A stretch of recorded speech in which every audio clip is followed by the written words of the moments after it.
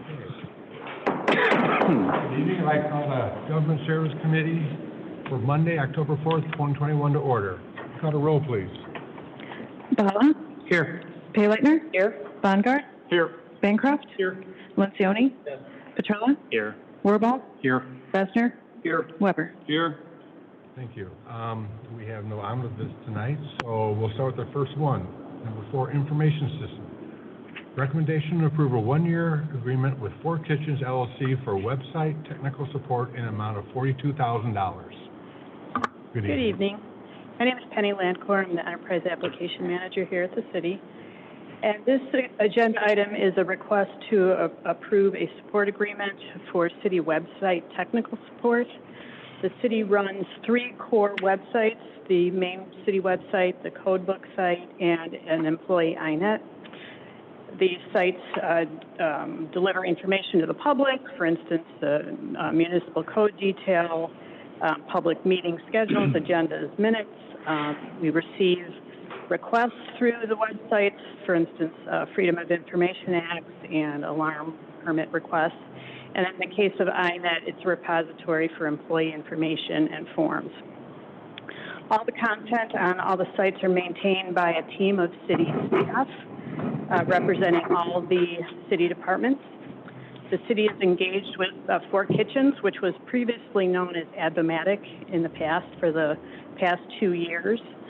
4 Kitchens is primarily or solely focused on web support services for governments and nonprofits. The services included in this agreement include security updates, day-to-day support requests, and small development tasks. So with that, if there are any questions, I would be happy to answer them. Questions or comments? Yes, Bob. Penny, can you refresh my memory? Are we planning, or your team planning on revamping the site eventually? And is that the reason this is only a 1-year contract, or is that typical? Well, for Advomatic, or now 4 Kitchens, that is their typical term. However, we are looking to migrate from the Drupal open source platform that we're on to a more to a hosted platform that requires less technical skills to run and post content. Right now, we've just started developing use cases and requirements associated with that, with anticipation of releasing an RFP for a website redesign or refresh, migration, so to speak, at the end of the fiscal year, towards the end of the fiscal year. Other questions or comments? Is there a benefit to going with a third-party outside vendor as opposed to having somebody internally on staff who's responsible for these types of things? Well, that's one of the advantages we believe we'll get when we go to a platform where there won't be any technical support per se, because it's a software as a service, where we'll be mostly focused on actually adding content, which would be the extent of it. So yes. Any other questions or comments? Can I have a motion, please? So move. Motion by Wirball. Second. Second by Petrella. Roll call, please. Lencioni. Yes. Petrella. Yes. Wirball. Yes. Besner. Yes. Weber. Yes. Bala. Yes. Payleitner. Yes. Bongard. Yes. Motion passes. Yes. Oh, Thank you. did you get in there? I think so. Did I hear my name? Okay. Motion passes. Thank you. You're there now. Item 4, recommendation to approve a 1-year agreement. Sorry, let's try 5A. Presentation by Delina Welcomer, Senior Vice President of R.W. Barrett, regarding 2021 debt refunding opportunities. Yes. Good evening. As noted in your executive summary, R.W. Baird has performed an analysis of the city's outstanding debt issues, and will be presenting you with information regarding several refunding opportunities. A key element when evaluating a potential refunding is calculating the net present value cost savings that would be gained by doing the refunding, which is basically your interest savings less all the costs of debt issuance. The city does not have a written policy with respect to a minimum net present value savings threshold. However, what I did, because I've only been through one refunding since my 3 years here, but I've taken a look at the last 10 years, and what I found with all the refunding issues is that the city realized 7 to 16% net present value savings. The Government Finance Officers Association recommends a minimum 3 to 5% savings when you are refunding debt, which is substantially lower. So I would like for you to consider the 5% threshold when Delana is reviewing the opportunities in front of you, because that is what I feel that we should be looking at as we move forward. Delana is going to, like I said, there's 4 different issues that she's going to be presenting. What the city will do, or what staff will do, is bring forth to you some recommendations in an upcoming meeting based on her presentation and different discussions. So I will introduce Delana, welcome her. She is the Senior Vice President from R.W. Baird.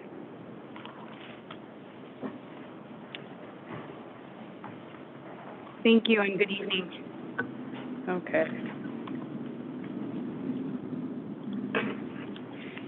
So I'm going to start by describing there's essentially 2 types of refundings the city can do. The first that I'm going to describe is what's called a current refunding. That means you're within 90 days or a 3-month window of the call date. The city has 3 outstanding GO bonds, the series 2011A, 2011C, and 2011D, all of which have a December 1, 2021 call date. So we're now within that 3-month period. This means that under current tax law, the city can refinance this debt at tax-exempt rates. Collectively, there's $4.8 million of economical callable par amount, and in aggregate, that generates just under $530,000 gross savings, $504,000 present value savings, or 10.48% of the refunded par amount. That's what Colleen was referencing. The GFOA recommending at least 3 to 5% net present value savings. Now, this represents a snapshot in time. Baird made assumptions, one of which was interest rate conditions as of September 21st, so that's roughly 2 weeks ago. Now, in this slide is a more detailed illustration of those refunding opportunities. On the left here, you see before refunding, this represents the debt service as it currently stands. And then the after refunding represents a refinancing at current market interest rates. So on the far right is a shaded column that shows you annual potential savings from this refinancing, ranging from $72,000. Most of the years are right around $40,000 to $45,000. The reason being is we typically have structured the city's refunding opportunities to generate uniform annual savings, and you see the 2011 D and Cs roll off pretty quickly, so that's why you're realizing a little bit more in annual savings those first 3 years. Of note, the majority of this refunding is currently paid out of the general fund. There is a small piece of the 2011A paid out of the wastewater fund. So you're looking at roughly $60,000 in gross savings for wastewater, and the balance $465,000 realized by the general fund. We also took a look at IEPA loans, and this is very unusual given that IEPA typically has very attractive interest rates versus interest rates that could be achieved in the public market. There's 3 IEPA loans that had interest rates ranging from 2.21% to 2.5%. And because of the low interest rate environment, we're estimating some savings here. So collectively, of the 3 IEPA loans, there's $11.3 million of callable par, gross debt service savings of roughly $388,000, present value savings of $423,000, or 3.74% of the refunded par amount.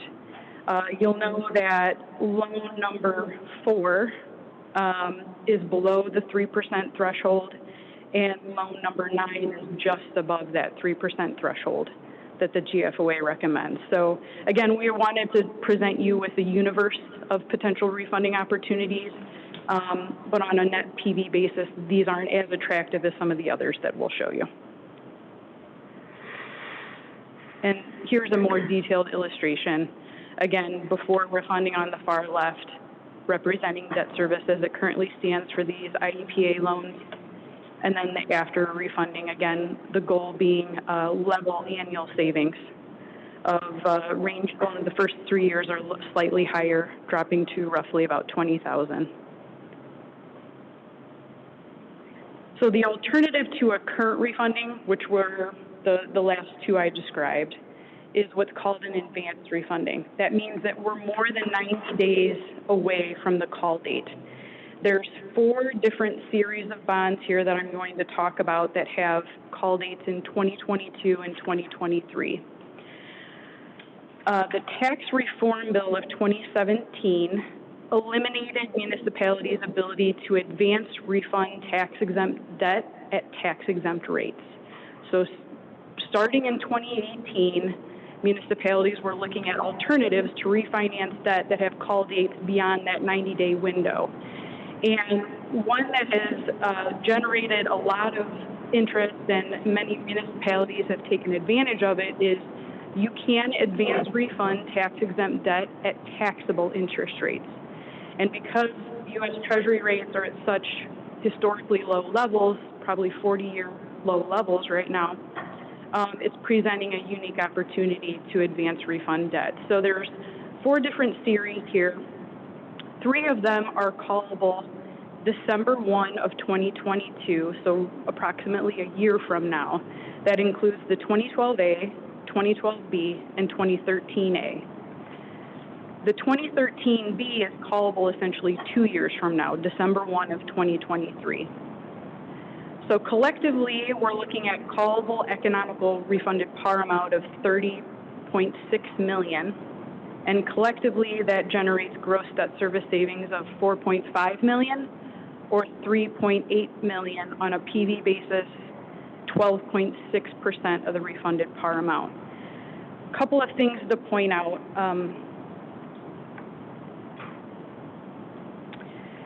Because of the recent uptick in taxable advance refundings, the GFOA has come out with recommendations on things that ought to be considered when evaluating a taxable advance refunding. And one of those things is the break-even point.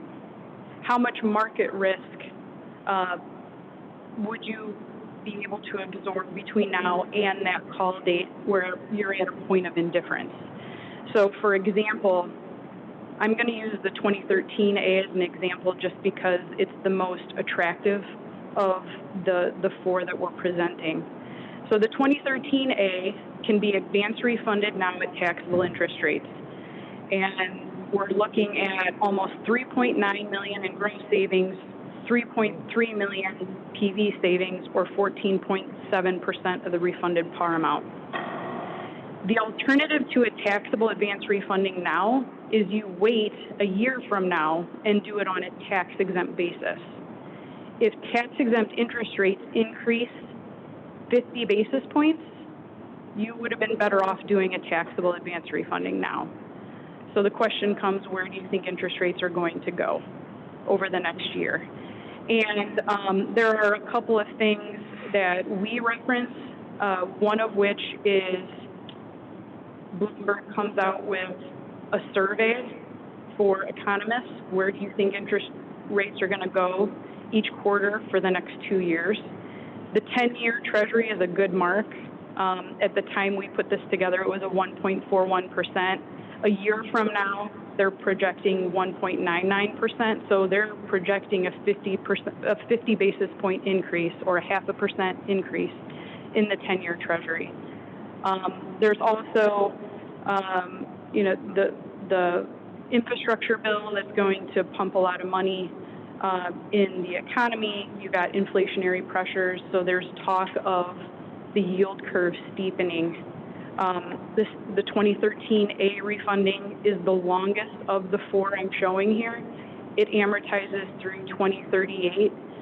That's another reason I think it's worth consideration. The break-even points for the other refundings are roughly 75 basis points for the 2012As, 2012Bs, and 111 basis points, or 1.11% for the 2013Bs. So that's a larger break-even point, meaning that you could absorb a little bit more of a market movement over the next year or two, and potentially generate more savings on a tax-exempt basis. The 2013As, here's a more detailed illustration of that refunding alone. One thing of note, and Colleen may be able to expand on this, but this is payable out of TIF 4. This funded a project in TIF 4. And we're aware that TIF 4 is not fully supporting this debt service. So I think in the current fiscal year, it's supporting roughly $750,000 in debt service. Your general fund is supporting about $750,000. So we're estimating annual savings of roughly $230,000 by refinancing this series of loans. TIF 4 is being supported by TIF 7, which was always the plan. However, when we start paying debt service, which is 2027, TIF, the general fund will once again have to start moving funds into TIF 4 to pay the debt. So whatever we can reduce in the out years with respect to interest payments, that is how much we can reduce the general fund of having to go ahead and have.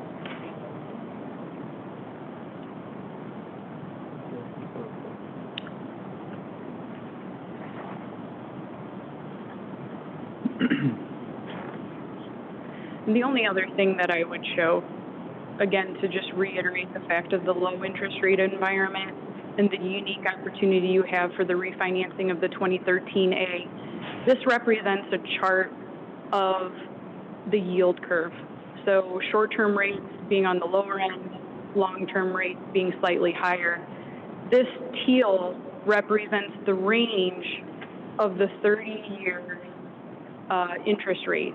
So right now you can see with the purple dotted line how flat the yield curve really is, which means long-term rates are at historically low levels, at nearly 10-year low, past 10 years, 10-year low levels.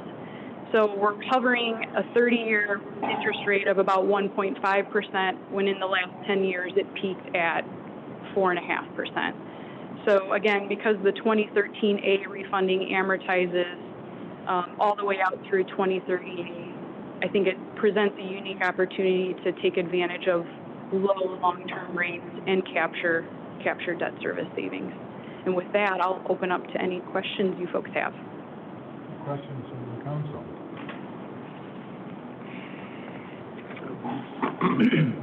So in reference of timing, does that restart the clock for X amount of years on this new refunding opportunity? Because I heard someone say something in the frame of 2027, it's going to come to call. So how does that work with timing, I guess? So typically, anytime you refinance debt, that resets the call date. Okay. Because of the tax reform bill eliminating tax-exempt advance refundings, what we're starting to see is shorter calls becoming more of a norm. A 10-year call was the norm in the past. Mm-hmm. We're now seeing more of like an 8-year call without an interest rate penalty. So I think it's safe to assume that we could probably bake in a 2029 call or a 2028 call, which would allow, if you're looking at this, still a good portion of the par amount would remain outstanding and available for a future refunding opportunity. Okay, so there's I guess some logic behind how we want to do it, you know, meaning a longer window or a shorter window, I guess. Is that what you're saying? I was referring to a call date on the new refunding. Okay. So the 2013 A bonds have a call date of December 1 of 2022. So because we're more than 90 days away from that call date, that's why we would have to refinance at taxable interest rates. And then the new call date would be hypothetically when? Hypothetically, 2027 or 2028. Okay. So still a good portion of the par amount. Okay, thank you. Thank you. What did you say was the difference between the taxable market and the for-tax market, the non-tax market and the for-tax Sure. market? I would say in general terms, interest rate levels between taxable and tax-exempt rates is probably around 75 basis points, so 0.75%, give or take. Okay, and with the rules having to do with when you can refund, that allows you access to the non-taxable market, tax-free market, correct? The tax-free market, you would have to wait until next year. And actually, in response to that, or to dovetail on that, so is the recommendation, I mean, I don't see a recommendation, but I guess, well, Colleen, this is probably more for you. You do want to move forward with refinancing all of these, or was there a possibility, kind of dovetailing with what Paul was mentioning, could we wait for a year on those? There were 2 bonds, I believe you mentioned that there was a little bit more wiggle room. Mm-hmm. Is that a consideration we need to think about, or are we going to refinance everything? Or would you like us to consider that? What we're waiting for, spoiler alert, what we're waiting for, refunding moving forward to 2013. Oh, okay. Oh, just that one, okay. And the 2011. Okay. So these 3 here, because those are currently callable at any time at tax-exempt rates, and the 2013A. And based on their interest rate, like they're going to 2012A and D, they have that break even 72. Right, instead of 52. Yeah, it'll be at the. So wait till next year, we're within the 90-day window. Okay. Okay. Because you said it's 0.75 basis points, so that's pretty good. Well, I hate to use the word gamble, but I guess risk. I guess. That's a higher interest rate movement than the Bloomberg economists are projecting. Perfect. Okay. Thank you. Mm-hmm. Yes. I have one other question, because I saw in at the bottom. So cost of reissuing debt refunding, it's 1.5% of the refunded balance. And does This that here? What's that? Is it this footnote here? Yes. Yes. So what we did was look at historical city transactions, and on average, cost of issuance average right around $15 per thousand of bonds. So that $15 per thousand would cover underwriting fees, rating agency fees, bond counsel fees, local counsel fees, paying agent fees, escrow agent fees, verification agent fees. So all the fees associated with doing a refunding debt issuance, and all of the savings that we're showing here are net of those costs, assumed costs. But it is fair to say that it's basically 1.5% of the outstanding balance, or the proposed exactly, issuance. Gross balance, borrowings. Correct. Would that be rolled into the debt? Yes. Okay, so it wouldn't be paid currently. That would be rolled into that. Yes, and that is currently reflected in the analysis we're showing. So that's built into the new refunding par amount, and the savings we're showing here is net of those assumed costs. Okay, and that's just a projection. That's not a proposal yet, and that's not proposed. Absolutely. That's just the best estimate at this point, based on the deal size. Mm-hmm. And when we bring the ordinance forward, the board of new debt and the refunding set parameters. So if at that time, when we're out selling the debt, if you don't meet that parameter, you do not. Okay. Questions? Okay, this is just a presentation. In a future meeting, you will bring back an ordinance, A recommendation. recommendation to us to approve what we just discussed tonight. Okay. I do have one question. Yes. Yes. What area are you using for your net present value analysis? Are you using current rates, or do you have a hurdle rate that you're using? The 4% rate? It's using the current bond yield, so it varies by deal here. So for these IEPA loans, it's footnoted here, the refunding bond yield is 1.064%, so we're using that as the discount rate. It's different for each set of refundings here. Okay, but it's in the, because I was kind of looking through. Okay. Yeah, so the three current refundings, 1.06% is the discount rate.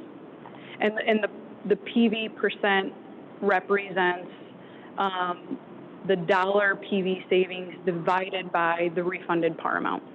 Okay. Any other questions or comments? Okay, thank you very much for the presentation. Welcome. Thank you. Let's see. Any additional items from anybody here? Yeah, I'll entertain a motion to adjourn. So move. Second. Moved by Wabble, seconded by Patella.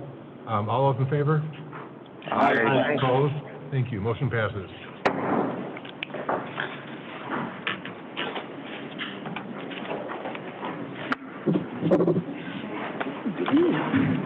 Oh, bonding like that. No, yeah, not very often.